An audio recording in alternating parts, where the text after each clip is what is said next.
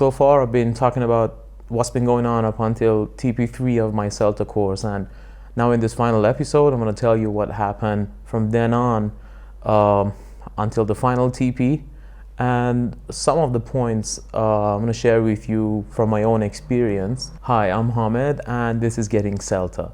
So for my TP4, I had to teach a productive skills lesson, a speaking lesson to be precise, on weekend activities. It came after a receptive skills lesson and a grammar lesson. So I assumed that students were probably confident enough to start speaking out. So thinking of the topic, I thought, okay, there's probably lots of events and things for people to do at the weekend in Istanbul, since it's a tourist city. So I went online, I went on the website istanbul.com. I checked the events for the coming weekend, and I found a lot of events from a different range of settings and, I don't know, themes and everything. And I had to double check that with some peers who also lived in Turkey for any, I don't know, differences in the way that I perceived the attractiveness of those events to me and to my Turkish students. I also had to include some functional language. I had to have at least one stage clarifying and having students practice with the functional language of suggesting things, accepting, refusing, and then deciding on something. If you want more information on what exactly I did, my materials and my tutor's feedback on my lesson, you can email me, and yeah, I'll send you a link with all those materials. The only problem I had in this TP was on the final task, on the slide for the final task, I didn't leave any instruction, which although I checked the instructions and everything,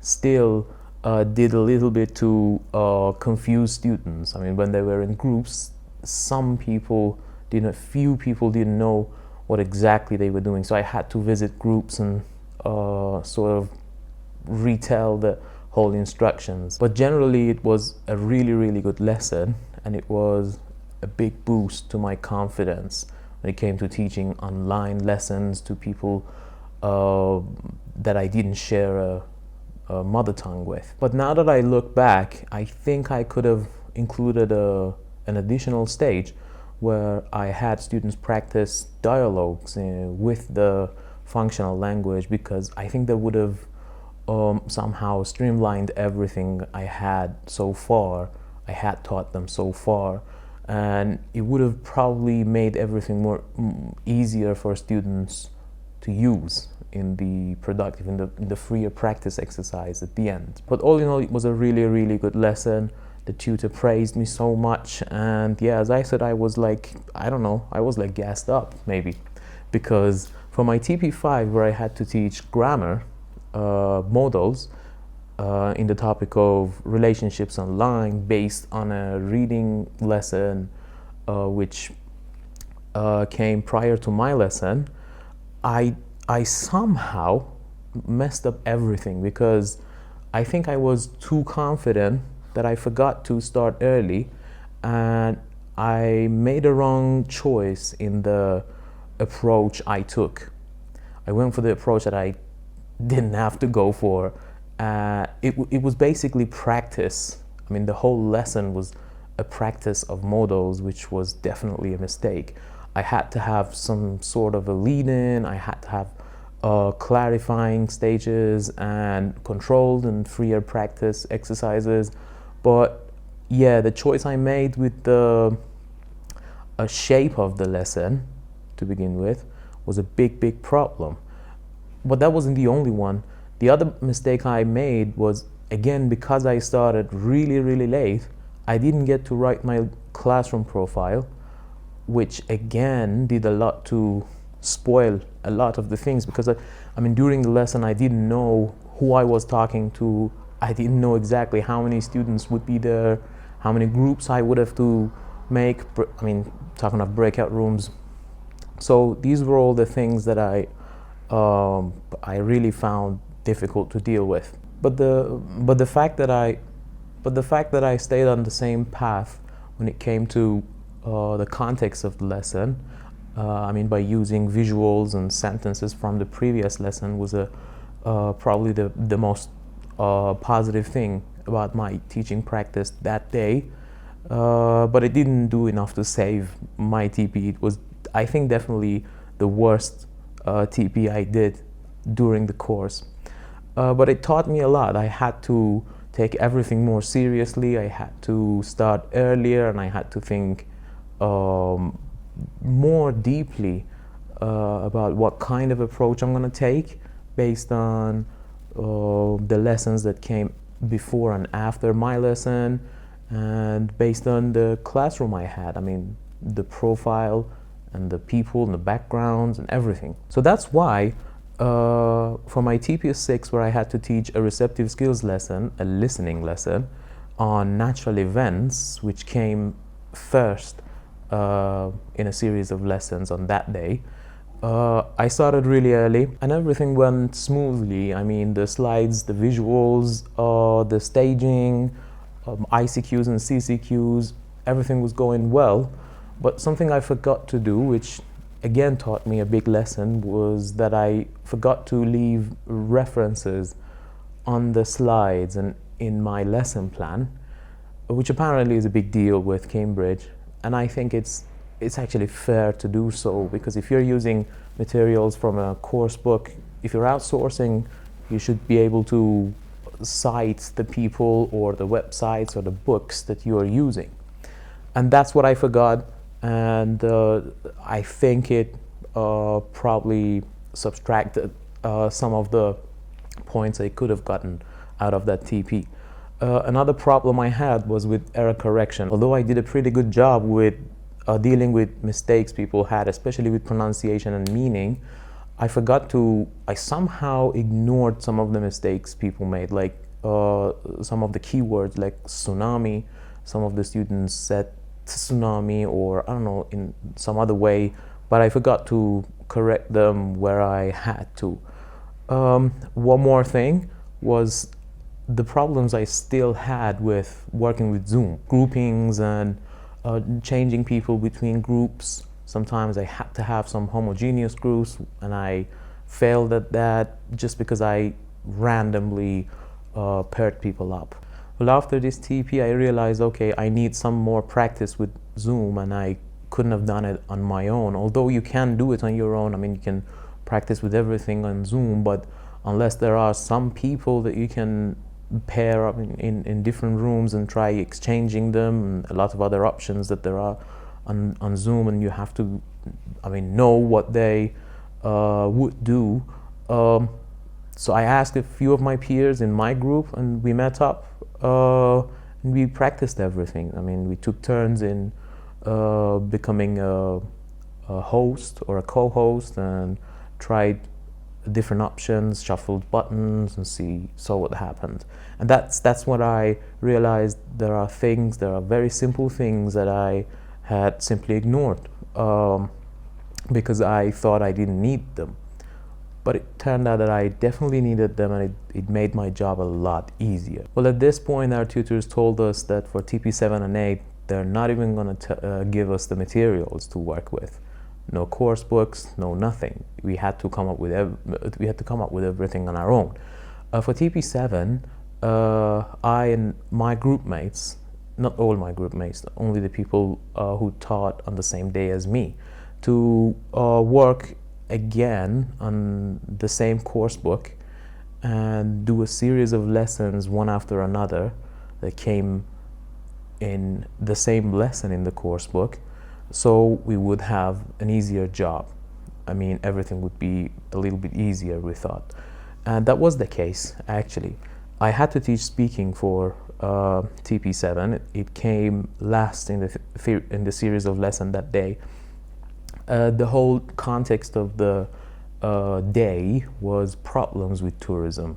And problems tourism would bring to a country, or what ways there are for people to avoid it, what things are to be cared for on the part of the tourists, what things local people should consider doing, I mean, stuff like that.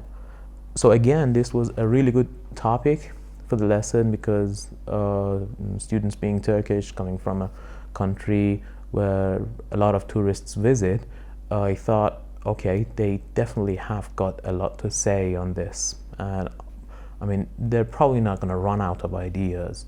Well, I did a really good job preparing for this TP. I mean, the lesson plan was well thought out. The visuals were really good. I also managed to use a lot of the elements already included in the previous lessons. I also went for some extra materials, I mean, lexis and grammar, in case people want to talk about things that weren't discussed earlier. But something unexpected happened during the lesson. I hadn't predicted it, which I should have, and it was the fact that my modem and my phone lost reception. And for some minutes of the lesson, I had no connection, and I was out of the classroom, which, as you might imagine, spoiled everything. Well, not everything, because my tutor said it wasn't ineffective altogether, but the fact that I could have predicted this based on previous experiences in my online classes, and I could have, thought of a solution in case the problem arose, it made me really anxious during the lesson. I was really angry, and the problem was that in this, under such psychological constraints, I made a lot of huge mistakes with my own language, especially when it came to practicing language models and correcting students' language. But again, if you want to know what exactly went wrong and what my tutor's feedback was on this TP, you can ask me that on my email. It's in the description. Now, this pissed me off so much that I started very, very early to work on my TP8. Well, for my TP8, I and my group mates decided that everybody goes for their own thing, regardless of what context and what topics the other people were teaching. The only thing we had to make sure of was the fact that no other teacher during the week were teaching the same thing or had taught the same thing, because then they would be overlapping and students would probably be bored, or I don't know, the class would be, I think, ineffective altogether. So for my TP8, my tutor said that I hadn't taught enough lessons on lexis. So this was the main aim of my lesson. I chose the topic of beaches and beach activities, since there are lots of beaches in Turkey. People do a lot of activities on the beaches, and I thought, okay, this would be something I can do. One thing that made this TP particularly important and interesting to me was the fact that I tried to go for something that was less used during the course, and that was TTT, test, teach, test, kind of a lesson shape. I wanted to try this out because this is something that I could have done with a lot of my own classes, especially one-to-one classes, where sometimes people would go bored with the same staging of the lessons, like giving them the text first, the listening, and then it started with a test. And since the topic of the lesson was beaches and beach activities, it was pretty fun because I could test how much they know already, which I thought would be much, about beaches and the things they find on a beach, the activities they can do at the beach, and things like that. Again, for this one, the lesson plan was really, really good. I loved doing it, and that somehow projected itself in the actual performance of the lesson plan. Everybody seemed to enjoy the lesson, and I think this was the best TP so far I did, according to my tutors. There was one problem though with this TP, and it happened during the teach stage. Well, I had planned to use the emergent language from students to teach them the vocabulary, because I assumed they would be able to use a lot of these, a lot of the lexis that was presented in the pictures in the first test. And I did a really good job because I managed to write down a lot of notes, and I remembered the names. Not remembered, I mean, I wrote down the names so I knew who said what. And in the teach stage, it was really easy to, pick them out one by one. You said this, you said that, and then trying to improve the language, or if there was any inaccuracy with the language, or if simply some lexis was unknown to students, I would have to present to them. But the mistake I did here was at the end of the teaching stage, I forgot to show them the slide where every picture was alongside all the vocabulary items or the lexis relating to it. So there was no actual reference for students to see everything, to see all the lexis that was intended for this lesson. Well, I did manage to talk about a lot of them, but a few of them were ignored. Apart from that, this was really, really good. This was the best TP, and somehow I knew I was going to get the grade B. And at this point, I regretted not taking it seriously earlier on, so I might have had a chance at getting a grade A. So after the TP, it took them 2 weeks to send us this provisional grade, and then 2 weeks later, a month after the final TP, they sent us the actual certificate the confirmed certificate with everything. I was really happy. But now, before finishing this off, I'd like to share with you a few of the points I think are noteworthy here. One is that when I finished TP8, I thought, why don't I observe other teachers? Because when I observed my peers, I learned a lot. I learned from the things that they did really well, and I learned from their mistakes as well. So why not observing other people? And I started observing everybody in the course. I observed, I think, more than 10 to 15 lessons in a week, which again made me wonder, why didn't I start earlier? So that would be my humble advice for you to start observing other teachers. If you're doing CELTA, observe everybody from TP1, because that definitely is going to teach you a lot. When you see people struggling with Zoom, struggling with, clarification of the language or the transitions between the stages, you think of yourself and you'd imagine yourself doing the same things, then probably in the next planning, you'd be more careful with those things. Plus, if you start observing other groups and other people, you get to chat with their tutors as well, so they know you and they might give you a few tips. And in the feedback of their TPs, again, there'll be points for you as well. Number 2, I wish I'd been more serious with the written assignments. I started a few of them the night before the deadline came, and I had to do them so fast. I didn't use a lot of AI. I did everything on my own because I wanted to learn, but I wish I'd taken them more seriously. I'd started earlier, and I would have to do a lot more research, and yeah, that would have helped a lot, because I lost some points on my written assignment. My written assignments were graded pass. I think if my written assignment were graded pass B, and I had taken TPs more seriously and gotten a grade A, then I don't know, I'm not sure about that, but I think that would have amounted to pass A overall, which would have been brilliant, but didn't. One final point is that I think I could have reviewed and revised the course units, which was something that I took for fun. A lot of people took them for jokes because they were so easy, so simple to do. With some simple clicks, you could have shown on the website that you'd done them, but in practice, a lot of them were so useful, especially when we were trying out new approaches and new lesson shapes. So that's something, again, that I regret not doing. A very organized revision of the course units and everything else.